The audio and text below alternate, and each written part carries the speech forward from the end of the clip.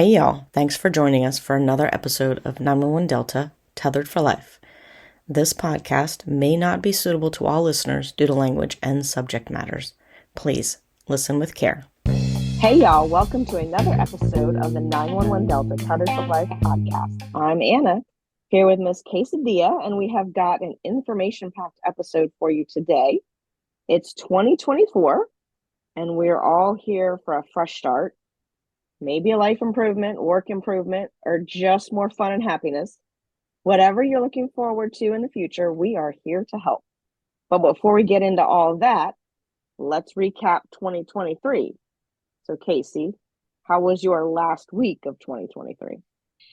Well, my last week was about the same as the last 51 weeks. It's been a pretty trying year for me altogether, and I'm happy to be moving into 2024. But I'm sure that will be just as trying, but this time I'm going to be ready. How would you say, well, you said 2023 was trying. Did you set any goals for 2023? Oh, hell no. No. Definitely did not set any goals. Did you have any surprises for 2023? Like something that was like, oh shit, I didn't expect that to happen. Well, that's pretty much my life in general. My life has always had the what the fuck is going on motto, so no real surprises for me usually. I just kind of roll with it. But yeah, no goals, but I'm going to try to have some goals for this year. We'll see. And what about you? Yeah, well, I mean, most of my weeks go about the same, where it's just the juggling the shit show. It was a rough year, man. But last week was pretty chill. I did slow down and try to just chill out and spend some time with the kiddos. And last year, I gotta say that my goals didn't really start until August, when I knew my kids were both finally going to be in school full time. Whoop. But most of those revolved around regrowing my equestrian coaching business. But I do need to be more specific about that.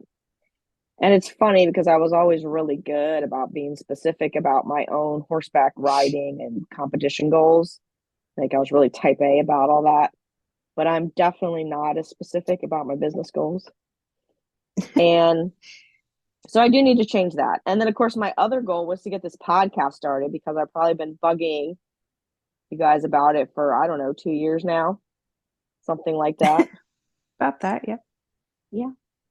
So now we have to make some real goals for the podcast, too. We are definitely going to make and achieve some goals for the podcast. The idea of the podcast definitely was not taken serious by me at first.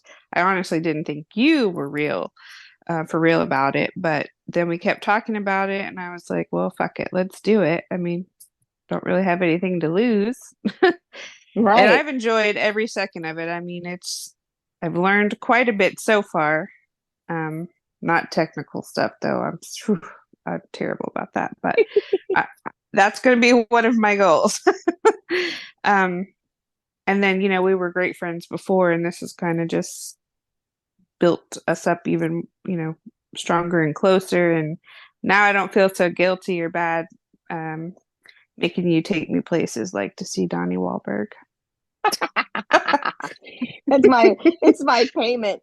That's your payment. So funny. It's all good. One of these days I'm dragging you to Rob Thomas, so you won't. Yep, I'd be okay with that. He's a cutie toots too. Don't worry. And I do, they're very entertaining still. I mean, I was a mild New Kids fan growing up, but well, it ain't about the music, really. So. I was always a bigger Jordan fan.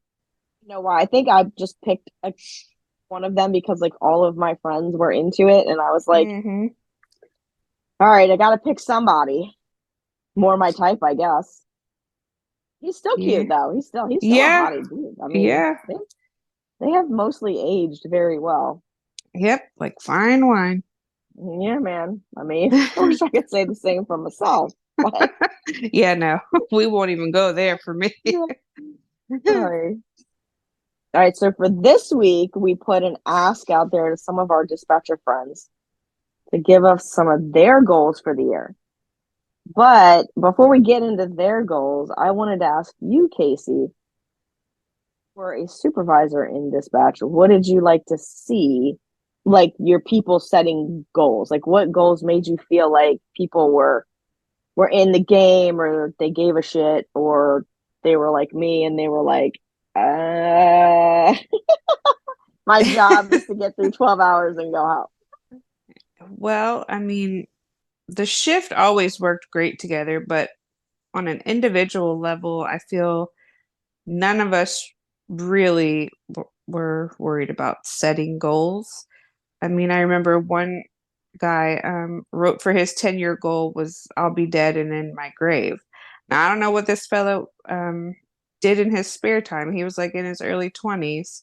But what he did in his spare time, I don't know. And then Not the but this one is that all, also left after the CPR incident.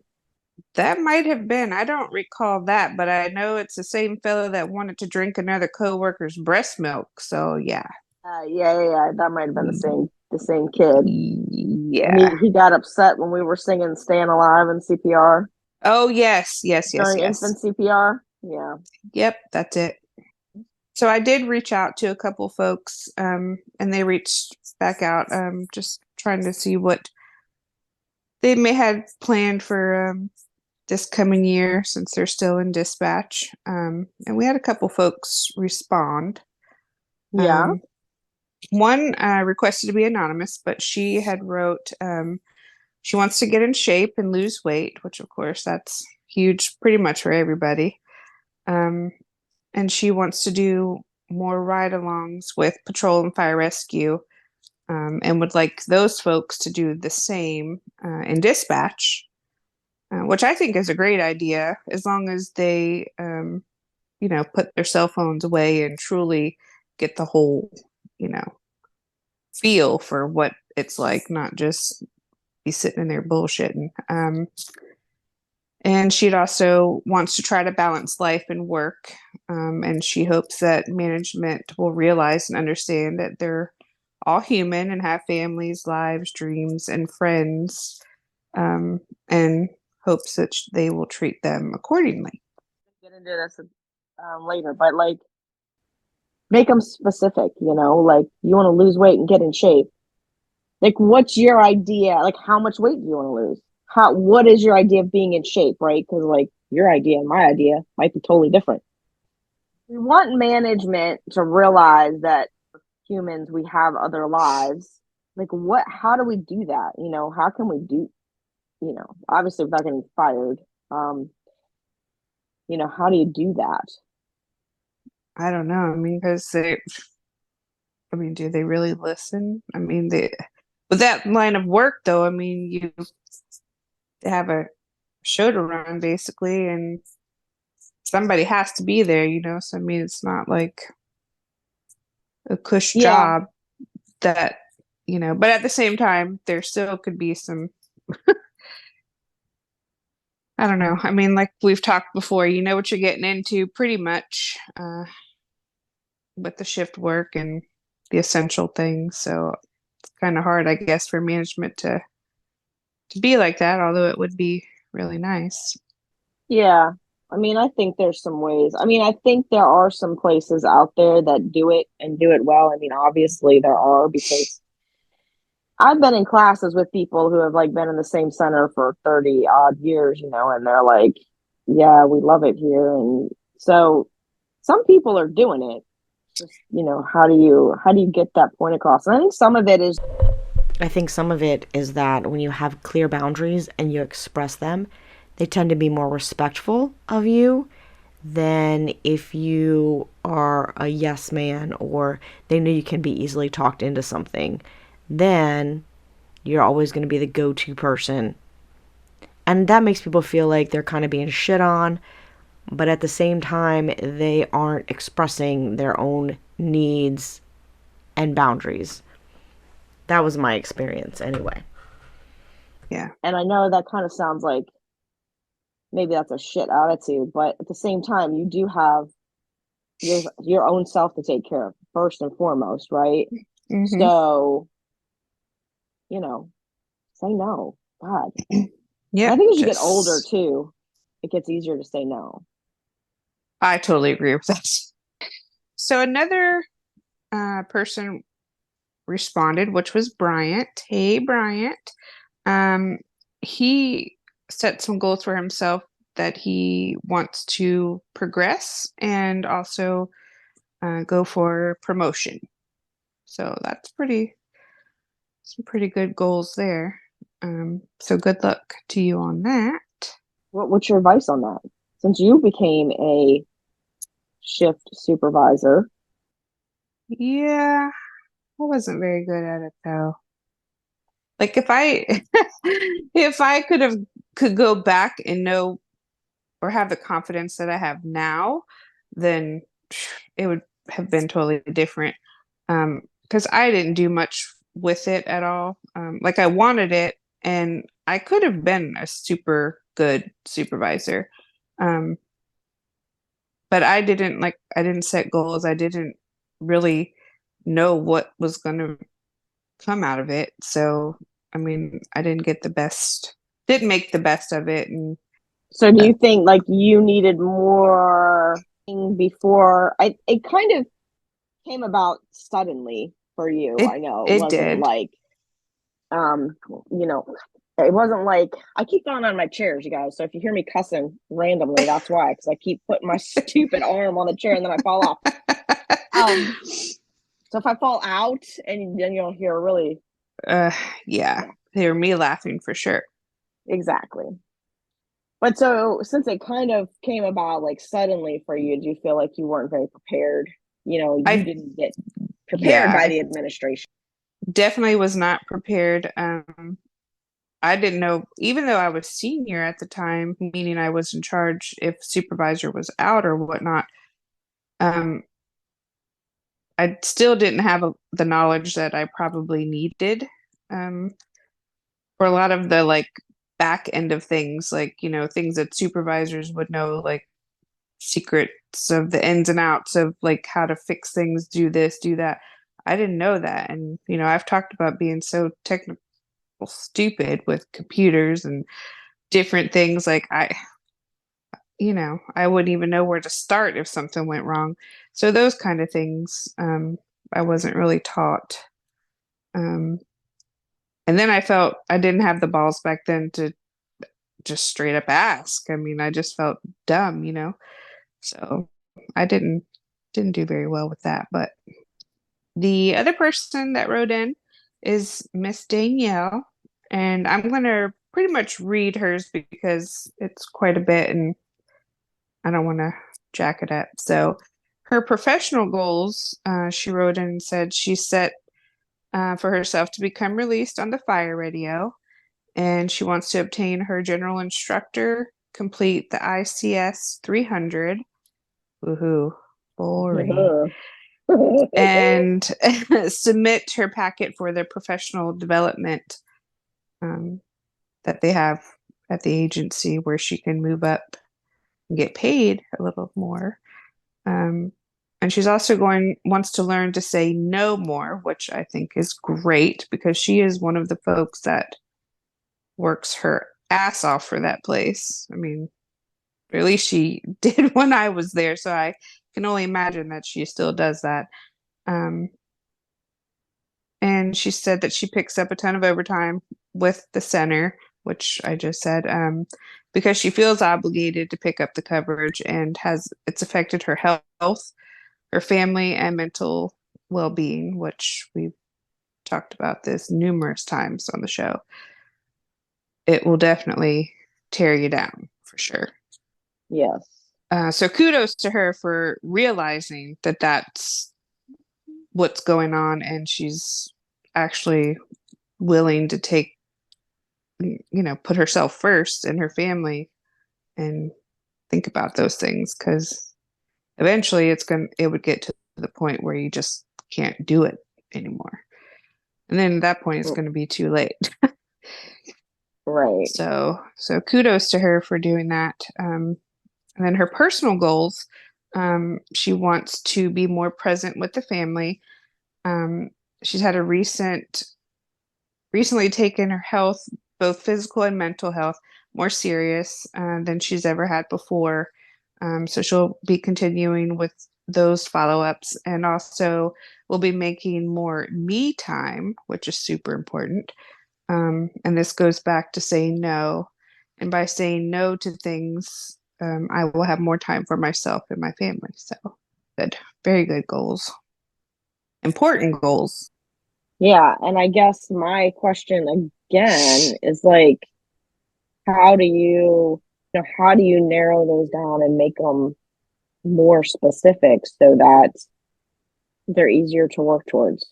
Did you ever include any personal goals when you had to write out that sheet for your work goals? I mean, when I had to with our training supervisor, yeah, I did. You mean, is that what you're talking about, when like we had that yearly thing where we had to? Yeah. Mm-hmm. Yeah. Well, I mean, I did because I pretty much had to, but it was like bullshit stuff just so there was some shit on the paper. At that point in time in my Yeah. life, there was no setting any type of goal of any kind. Shit, I was lucky to be at work half the damn time. Yeah. Yeah, Had a lot of I health mean, issues and stuff along the way, so it's yeah. yeah, I would kind of go in spurts. Like I would get motivated and then I would be like, there's other stuff I want to do. And then, the place would beat you down and you'd be like not feeling supported. So you were like, nah, I'm not. And I always had other life goals. Once I had the kiddos and went to being part-time, I really got back into the goal setting, mostly for my horse clients, not necessarily myself, because I knew I was going to be having kids and I wasn't going to be doing a lot of competing or anything like that. So I was really kind of dug into it and was setting goals with clients and things like that. And what I noticed was that it was really easier to set goals for the horse and the human rather than as a team. And I think that's like the same thing for your job. Like if you have personal goals, you need to set those and then set your work goals and then notice where they overlap. If you want to lose weight and get in shape, okay, like make that specific. And then what things, because I'm at work 12 hours a day, 3 to 4 days a week at least, what do I do while I'm at work to make that work? That's like the whole SMART goals theory is what I went off of. SMART stands for specific, measurable, attainable, relevant, and time bound. So specific is that, like, breaking it down into those little bits and pieces. Like if I want to lose weight, I want to lose a specific amount, like 40 pounds, because that is specific, it's measurable. I'm hoping it's attainable. I want to make it attainable to me. And then I want to lose 40 pounds in a year. So then it's time bound and it's relevant because it's relevant to my health. And I think you want to stage your goals in time bound ways that work for you. So if you just set a yearly goal, then you have less way to measure it as you go along. So you could set a month to month goal, like a certain number of pounds per month, or you could set a 1 month goal and then, stretch it out to 3 months, 6 months, and then 1 year. In the beginning, if you're doing something that's brand new to you and you need to gets really specific about it, setting that short-term 1 month goal may be the most beneficial, because then you can keep up with it easier. You can realize what is working and what isn't working and readjust for the next month. Whereas if you're already somebody who is going to the gym and taking steps to lose weight, you just need to maybe tweak your diet or tweak your exercise program a little bit or add in a day, then you may want to go for a 3 month goal instead of doing it every month. Just make it time bound, that is relevant to you and makes it easy for you to measure. And then the thing is, you have to actually look at your goals. You have to set a freaking alert on your phone for a month or 3 months or 6 months or whatever it is and be like, shit, am I here or not? Being specific is super, super important. It's so easy to be vague about your goals. And I do this shit all the time, right? And a lot of times we think, well, if we're vague about it, then we can be like, we kind of let ourselves off the hook. We make it easier. We make it easier to not attain the goal. But if you're specific about it, then you can figure out what's not working. And things like, losing weight, that may not necessarily be relevant to your job, but you're going to need to do stuff in the job to make that possible. Because you can't go in there and sit in front of a console and eat whatever the hell you want, drink whatever you want, except for alcohol, although that probably would make it better for 12 hours, and expect to lose your 20 pounds or whatever it is, right? That's why I think it's important to have personal well-being and development goals as well as professional goals. Then you can look at your lists and notice where you can make things work together. When you are specific about this, it is easier to find problems in your system. If you're vague, you just wonder what isn't working, but you don't get to the root cause. I'm taking notes. That's why I'm so quiet. Because I really want to set myself some goals, and you're just putting this into a whole new perspective for me. Yeah, it does make a huge difference. And I gotta say, I could be lazy about it too, but it does make a really big difference. I find pretty much myself making excuses for every damn thing so that I don't have to do something, and then it's justified, because I'm lazy as fuck. So so that makes sense of, what you're saying with the relevancy and the attainability and measurable stuff. Shit I've never thought about. Like Google SMART goals, and there's a shit ton of stuff that's going to come up. The only thing that I do differently is the columns. I make specific goals for my personal self or my business or my horse or the podcast or whatever. Mm-hmm. And not try to mesh them all together, because then it's overwhelming and your brain's like, yeah. And once you look at them all, you get it laid out and you're like, okay, now what can I do while I'm at work to help with my personal goals?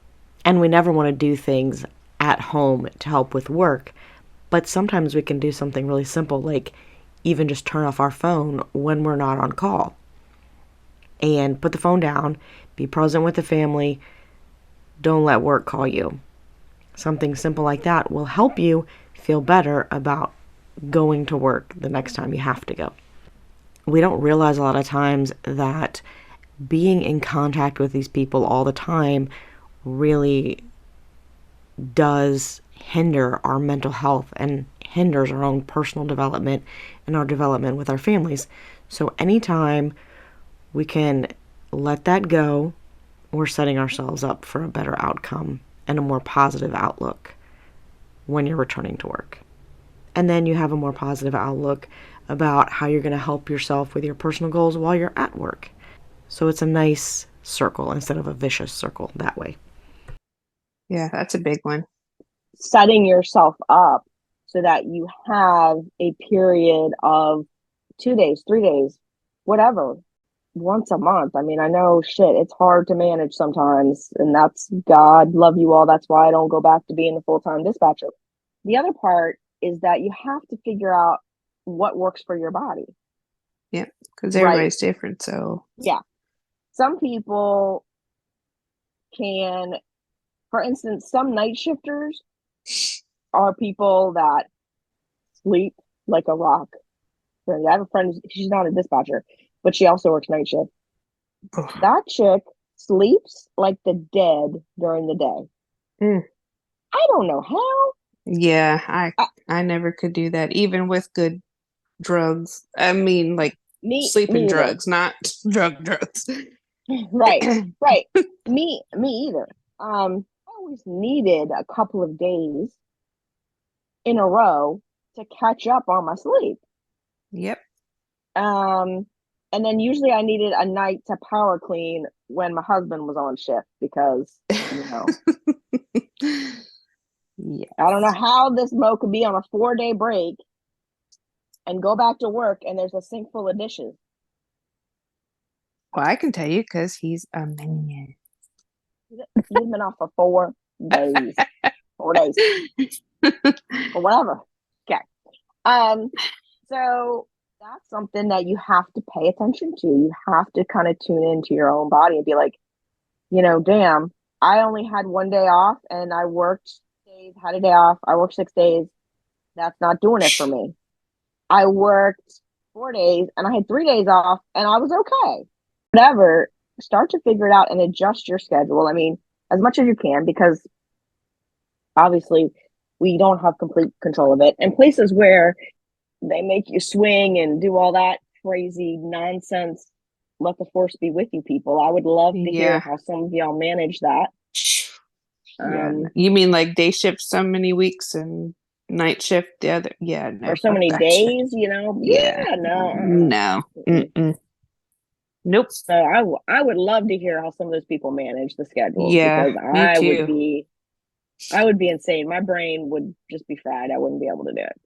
Nope. I could not do it either. And I loved the night shift. I absolutely loved it, but it did not like me. I could not sleep for nothing. I'm not a morning person, even though I don't sleep particularly well during the day. I'm not a morning person. So 6 or 7 in the morning for me to be fully functional. Oh man, that's my best time. Oh no, see, Even on the no, weekends, I'm girl, getting up at that time. Yeah. no. My husband made me an 8:45 doctor's appointment. I'm like, what? Why? Why would you do that to me? What the fuck? No. Yeah. See, that's my Um, mindset too. Get up and get that shit over with and then have the rest of the day. and Yeah. now I am up because the kids are get on the bus like 7 o'clock. Yeah. So, I That am is so up. early I know, God. for those little fellas. I Man. know.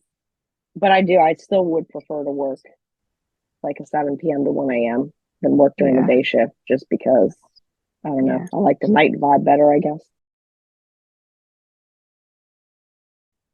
Yeah, I totally do too, but it didn't like me, that's for sure. Like you said with being lazy and letting yourself out of stuff, I think that Mhm. that's a lot of times because we get overwhelmed. And I am the queen of getting overwhelmed, let me tell you. But if you are specific about the goal thing and you really have it clear and you can look at it clear, on your computer or on a board or whatever, and be like, okay, this is what I need to worry about right now today, then it can calm your mind down and be like, Yeah. okay, I don't have to worry about everything right now. I just have to worry about this right now today. And that Yeah. helps. And when you're talking about all of this, it will also help with the mental health and ease the burdens on your mind.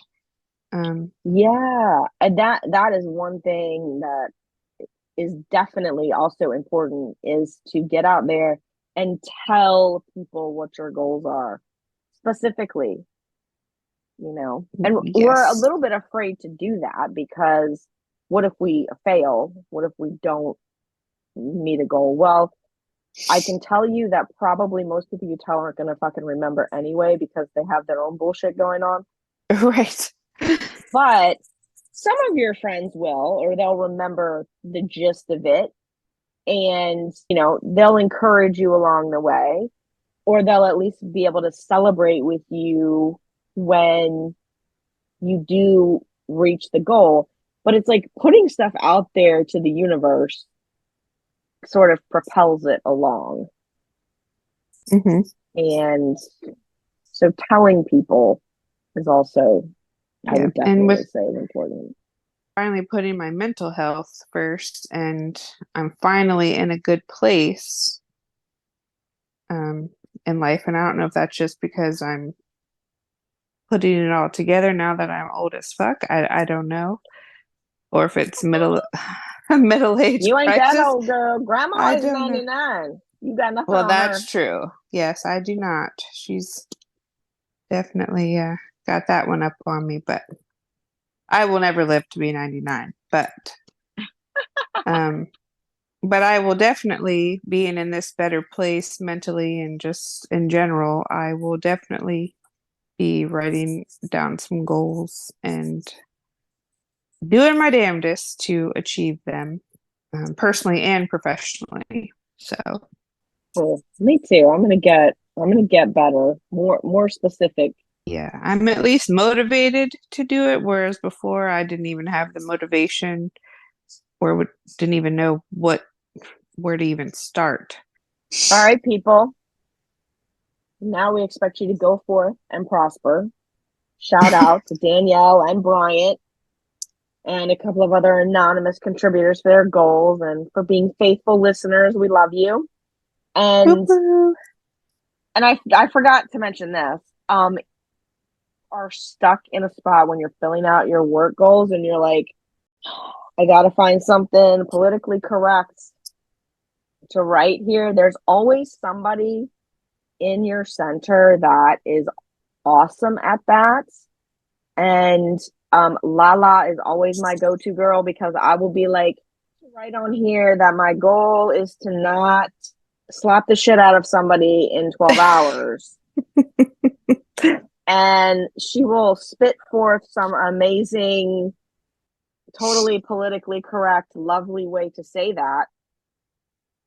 And I'll jot it down. So there is somebody out there for you that can do that. You just have to find out who they are. Because it's not me. I missed Lala. She's great. Oh, and I just remembered that because it was not that long ago that I had to send something out, and I was like, how do I put this nicely? All right, so next week we have a super, super cool guest for you. Yes, I'm super excited. Yeah, this man was a law enforcement officer for 20-something years. He can tell us exactly how long when he gets here. He did everything like from, regular patrol guy to flight medic to undercover work, internal investigations. Yes. He has done and it he's all. Got an amazing accent, y'all. And that's right. We can really talk about cultural diversity with him because he's not even from around here. Yes. And if he didn't have such an amazing career to talk about, we could listen to him recite the alphabet over and over. I'd be cool with that. That is going to be fun. Yes. So remember, y'all, listen, follow, and rate, share, write in with any suggestions, stories to podcast911delta@yahoo.com. If you want to be a guest, we would love to have you, and you can talk about whatever you want to. Or if you know someone that we should have on the show, that would be great. Yeah, and I am setting up, I got us a business page on Facebook, which is going to be connected to Instagram. So we'll have an Insta. We're trying to connect all the social media together so we can post more and keep it all together. I'm working on that, but my technology savvy is slightly above, so just a little bit. Which means a lot of bit because Casey don't know shit about that stuff.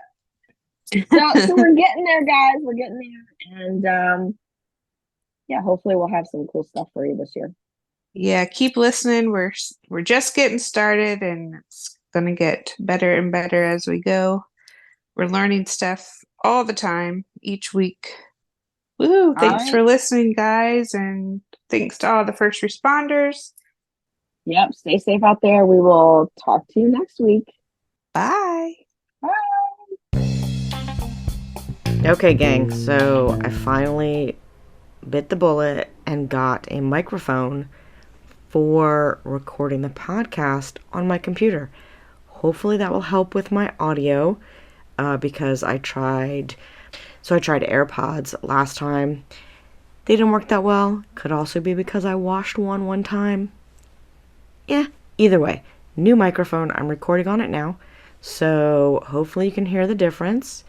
And I actually figured out how to get it to work with Zoom. So next week we will have that addition along with our great guest. Talk to you later. Bye.